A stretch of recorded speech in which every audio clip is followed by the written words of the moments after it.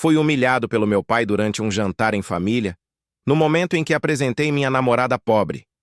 Ele não gritou. Não precisou. Com poucas palavras, deixou claro que eu era uma decepção.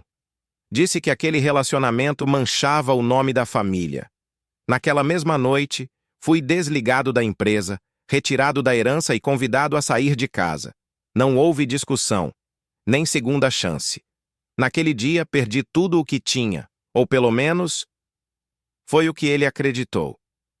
Não conto essa história para buscar compaixão, apenas para relatar com exatidão como tudo realmente aconteceu. Depois daquela noite, nada voltou a ser normal.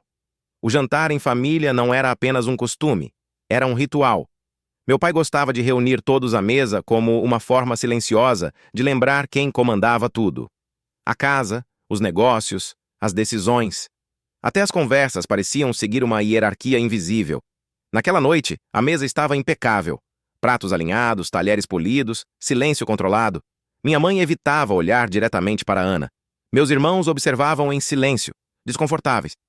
Todos sabiam que algo estava prestes a acontecer, mesmo antes que qualquer palavra fosse dita. Ana estava sentada ao meu lado. Ela mantinha a postura firme, apesar do ambiente hostil. Não demonstrava medo, apenas atenção. Eu sabia que ela sentia o peso daquele lugar. Não pelo luxo, mas pelo julgamento. Meu pai começou a falar apenas depois da entrada. Perguntou o nome completo dela. Depois, onde trabalhava. Depois, onde morava. Cada pergunta vinha acompanhada de uma pausa longa demais. Não era curiosidade, era avaliação.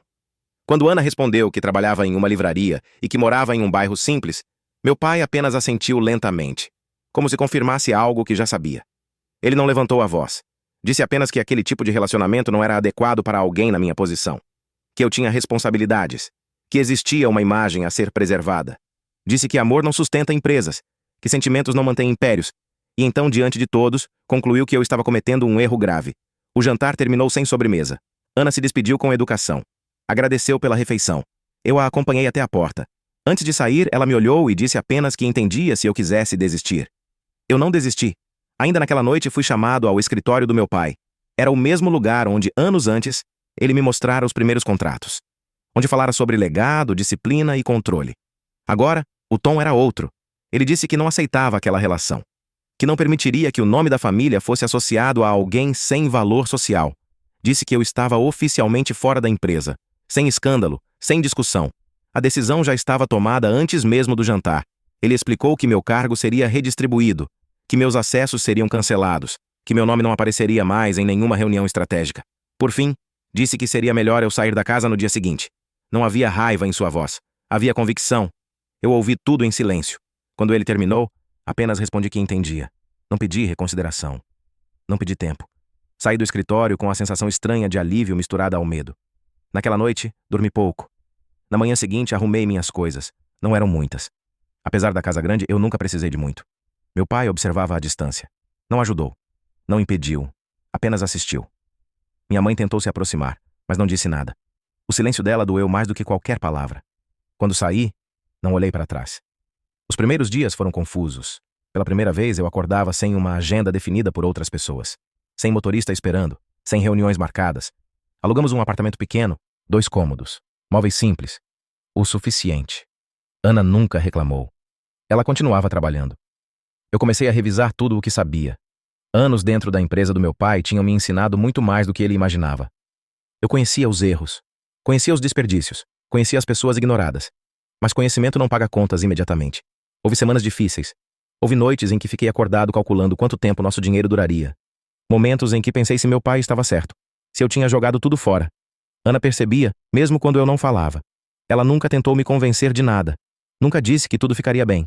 Apenas esteve ali. E isso foi suficiente para continuar. Comecei a estruturar uma ideia.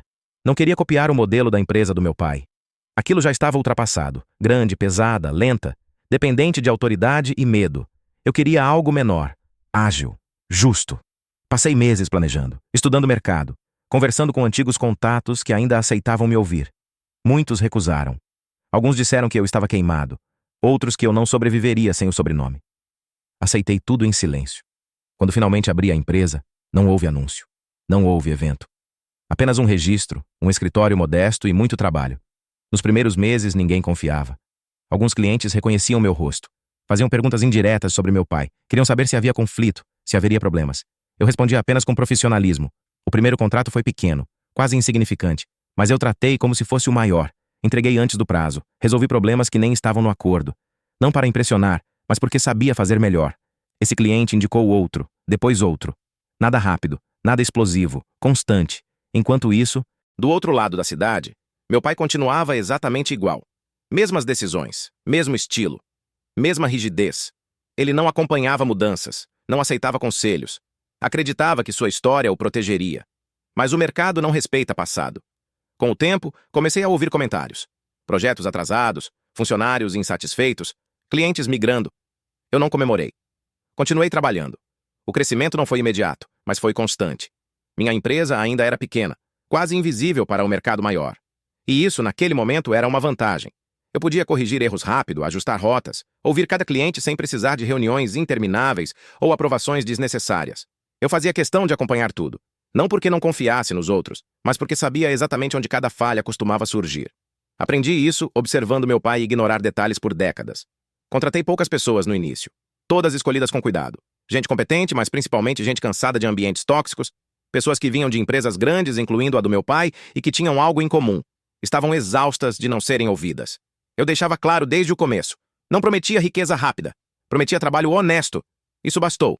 Aos poucos, os resultados começaram a aparecer. Clientes que vinham por indicação, permaneciam. Não apenas fechavam um projeto, mas voltavam. Confiavam. E confiança é algo que não se compra com nome ou dinheiro. Enquanto isso, meu pai começou a sentir os primeiros sinais de desgaste. Nada explícito, nada que chamasse atenção externa. Mas dentro da empresa, o clima mudava. Funcionários antigos pediam demissão. Alguns alegavam motivos pessoais. Outros não explicavam. Meu pai interpretava isso como traição, nunca como aviso. Ele substituía pessoas experientes por profissionais mais jovens e mais baratos. Gente que obedecia, mas não questionava. A estrutura permanecia grande, pesada, custosa. Os custos aumentavam. A eficiência diminuía. Mas ele seguia firme na ideia de que a autoridade resolveria tudo. Um dia, recebi uma ligação inesperada. Era um antigo gerente da empresa do meu pai. Um homem que me ensinara muito nos primeiros anos. Ele pediu para conversar. Sentamos em um café simples. Ele foi direto. Disse que o ambiente havia se tornado insustentável, que decisões eram tomadas sem análise, que meu pai não aceitava mais opiniões divergentes.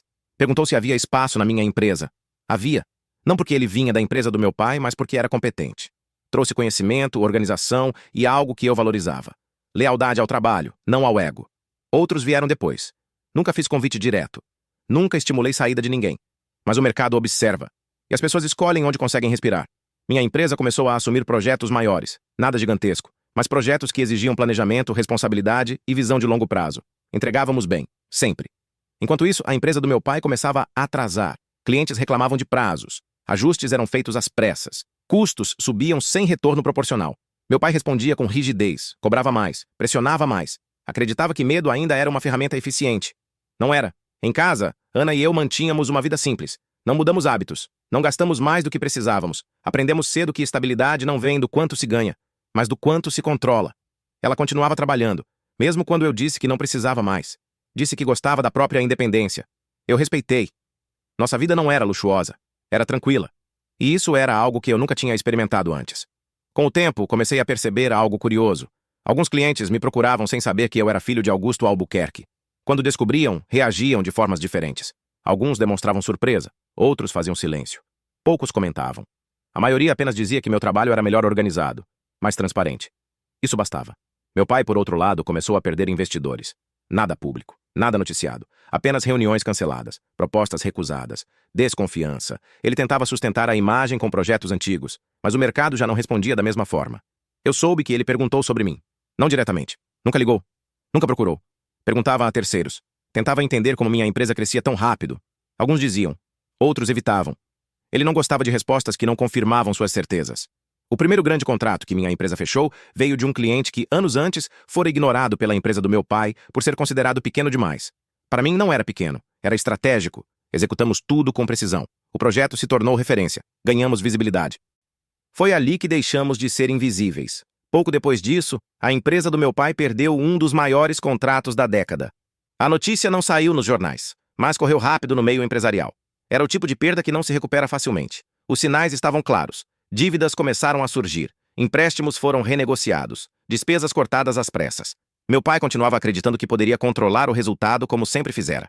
Mas agora, o mundo era outro. Nunca houve confronto direto entre nós. Nunca discutimos. Nunca competimos de forma aberta. Mesmo assim, todos sabiam que nossas empresas caminhavam em direções opostas. Uma se adaptava, a outra resistia. E resistência, por si só, não sustenta nada. No fim daquele ano, minha empresa fechou o balanço no azul pela primeira vez de forma consistente. Sem euforia, sem comemoração exagerada, apenas confirmação. Eu sabia que aquilo ainda era só o começo. Do outro lado, meu pai enfrentava o início do fim. 29 de dezembro de 2025, Cleison Pereira Arrones. História, parte 3. O ano seguinte começou silencioso. Minha empresa já não era mais desconhecida. Pequena sim, mas respeitada. O mercado percebia a diferença. Trabalho feito com precisão, atenção a detalhes, respeito aos clientes e aos funcionários. Valores que o império do meu pai ignorava havia anos. Enquanto isso, do outro lado da cidade, meu pai tentava manter as aparências. Reuniões longas, discursos firmes e um esforço constante para fingir que nada estava errado. Mas a realidade não se deixa enganar. Funcionários começaram a sair. Os melhores experientes pediam demissão discretamente. A maioria se transferia para a minha empresa ou para concorrentes que ofereciam algo que ele jamais acreditou ser importante: liberdade e respeito. Meu pai via a saída de talentos como traição, não como alerta. Ele não entendia que o império que construiu dependia mais de pessoas do que de títulos. Eu continuei focado. Não havia pressa. Não havia vingança. Apenas trabalho. A cada contrato entregue, a cada projeto bem-sucedido, a diferença entre nossas empresas ficava mais clara. Meu pai, arrogante, acreditava que meu sucesso era temporário, que a falta de seu nome me impediria de crescer. Não estava temporário. Não dependia de seu nome. Um dia, a notícia que eu esperava silenciosamente chegou. A empresa do meu pai estava em colapso. Não houve manchetes sensacionais, nenhum escândalo público. Apenas relatórios, reuniões com advogados e bancos, cartas formais de inadimplência. O império de décadas começou a ruir, tijolo por tijolo, exatamente como o orgulho do meu pai havia deixado que acontecesse. Recebi a informação por terceiros. Não senti prazer. Não senti vingança. Apenas constatei. A vida sempre dá sinais e ele não quis ouvir nenhum deles. Poucos meses depois encontrei meu pai. Não foi planejado. Não houve convite. Ele estava sentado sozinho em um banco de praça, distante do mundo que um dia dominou. Parecia menor, mais velho, cansado de lutar contra o inevitável. Nos olhamos. Não houve palavras de arrependimento. Não houve explicação. Apenas o silêncio pesado que sempre nos separou. Ele ainda era meu pai. E por mais que o orgulho tivesse destruído tudo, ainda havia história entre nós. Eu segui meu caminho. Minha empresa agora era consolidada, respeitada, construída sobre princípios que meu pai nunca valorizou: ética, dedicação e humanidade. Ana estava ao meu lado. Sempre esteve. Nunca tentou me convencer de nada. Apenas compartilhou o peso e a responsabilidade de cada decisão.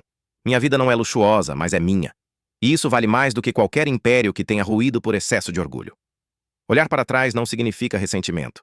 Aprendi que sucesso não se mede apenas em dinheiro ou poder. Sucesso é liberdade. É poder escolher sem medo. É viver sem precisar provar nada a quem não entende de verdade. Meu pai construiu um império. E perdeu tudo por não saber ouvir. Eu construí algo menor, silencioso e firme. E ganhei muito mais. No fim, essa história não é sobre dinheiro. Não é sobre humilhação. Não é sobre falência. É sobre escolhas. E sobre o preço do orgulho. Eu não busco compaixão. Não conto para que alguém sinta pena. Eu apenas relato como tudo aconteceu, porque essa é a verdade. E a verdade, quando contada com calma e coragem, vale mais do que qualquer herança.